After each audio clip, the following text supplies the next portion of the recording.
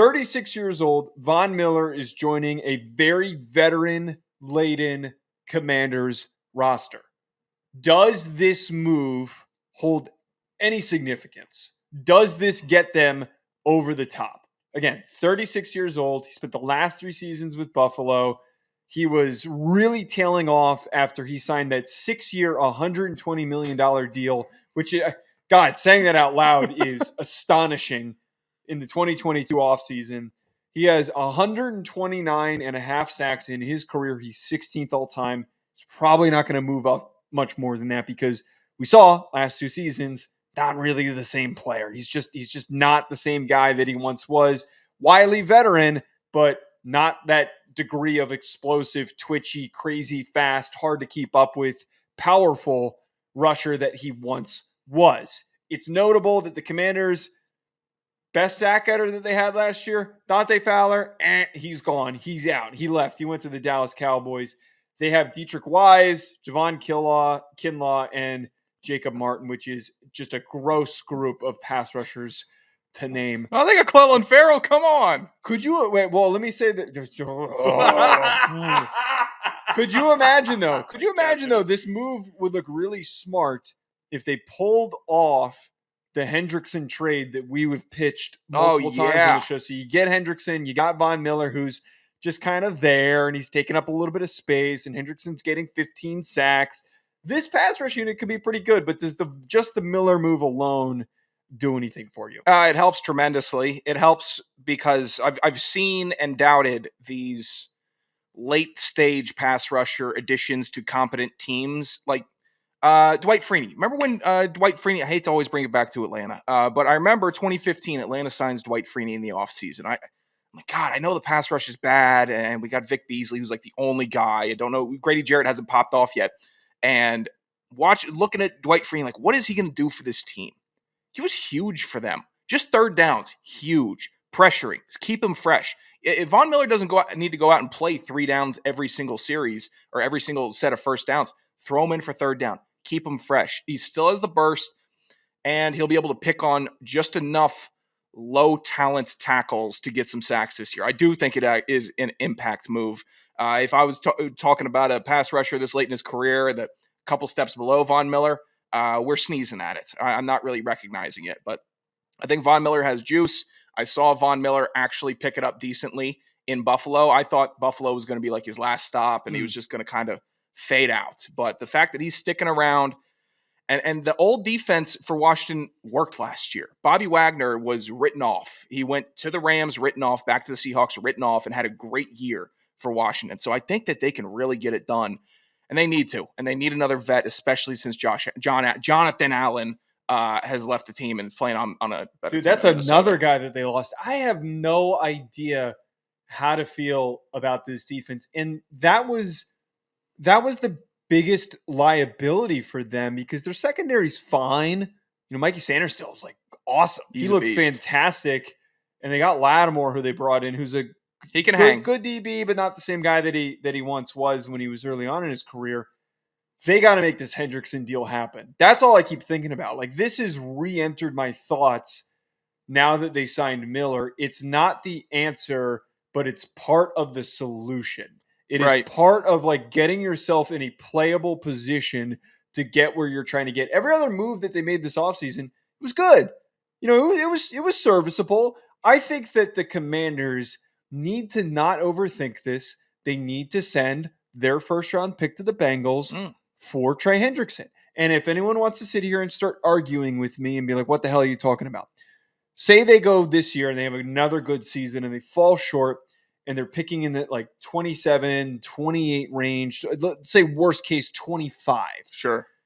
They would then, because if they fall out and they don't get to the Super Bowl, it's going to be because they don't have a pass rush. You know, we're going to talk about the whole draft lead up. They need to draft a pass rusher. Sure. Okay, so you spend that pick on the like 5th best pass rusher who ends up being for your team. You'd be lucky in his first year to be a 10-sack guy. You'd be lucky to get 10 sacks out of him. So by year 2, year 3, you're actually hoping that guy turns into like a really good pass rusher. We're so far down the line.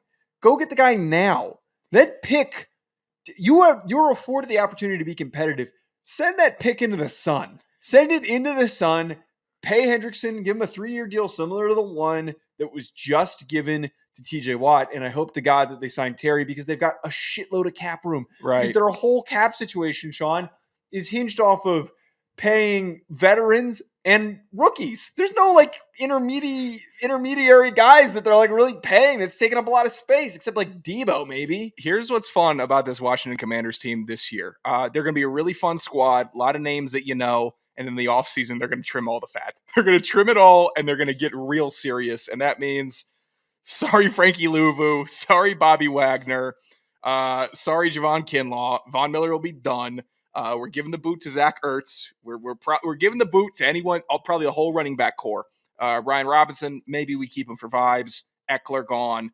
Chris Rodriguez Jr. gone. Like we're trimming off a lot. So in this natural process for them taking a leap from young quarterback, really good team, and we're all working together really well into we are Super Bowl contenders with an elite quarterback, elite wide receivers. We built up our offensive line, and now all we have to do is get some monsters on the defense to really get us there. And it's all shaping out. Like I'm starting to actually see their blueprint and where they want to go. It won't happen this year, though, which is unfortunate, but they could take that first step with the Hendrickson deal. Give him another you get 3 years, 3 great years from Hendrickson. Mm-hmm. Washington could make a Super Bowl. Washington could be in the Super Bowl with Jaden Daniels while he's still on his rookie contract. I'm so blown away that they didn't invest an early pick on a pass rusher.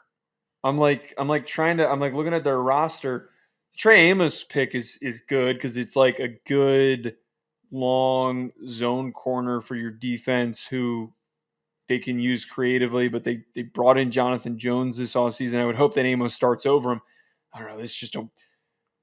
This defense is very low floor. I'm standing on the but Dan Quinn's a guy. He had that defense playing out of their mind last year. I know. But if they don't get Hendrickson this year, here's what could happen. This is kind of where I'm getting where Washington, after 20 plus years of being the basement cellar embarrassing team in the NFC East, and they've had to get spat on by the Eagles, Giants, and Cowboys all throughout the duration. The arch rival Dallas Cowboys smoked them the last 20 years also. Micah reunion with Dan Quinn in Washington. Stick it to the Cowboys. Complete. You think he goes unsigned and he just leaves in free agency and he goes and plays? I don't think so. That would be chaotic. I think Jerry tries. Okay, didn't KD say? KD projected this at the Fanatics Fest. He's trying to get it going. Yeah. What does KD know, though? He's not in the trench. Yeah, no, I'll take that back. KD is in the Washington trenches. He's on Twitter all the time. Yeah. I bet he's following all the Washington news. I don't think Jerry wants to let Micah go by any means. He's star power. He's defense. He's alpha. But Jerry also is running a circus. And Micah Parsons, I think, is an elite competitor that wants a Super Bowl bad. And that DeMarcus Lawrence stuff that he said on the way out about no Super Bowls and trashing the Cowboys, I don't think it got to him. But if Micah this year and the Cowboys have a bad year where they don't make the playoffs or an embarrassing first round exit in the playoffs, like what happened with the Packers 2 years ago, I think he's looking down the hallway and saying, this is not going to happen here. You know where it could happen? JD5 Dan Quinn. I'm already familiar with the head coach. He likes me. And now I'm coming into the super team. The only problem is I think Jerry, who's the king of all, trying to control everything, is going to franchise tag that man into an oblivion until he agrees to a contract. So that's the only thing. You'd have to hope that Jerry relinquishes his claws out of Micah and he doesn't get to disappear. I'd be for it because it would create like a nut ass. Would be the most crazy ass, like super villain type of an arc NFL for Micah. Yeah, it would be the best story ever. The Commanders would be the insane. Most nut ass team because they would have all of that working for them and the narrative. And they're still going up against Philly too. It's not a cakewalk, and there's going to be good battles. The Giants coming around. Yeah. Abdul Carter is going to be outproducing Micah in 2 seasons. You watch. Oh man, I'm excited for Abdul Carter. He's going to be a great Ram one day.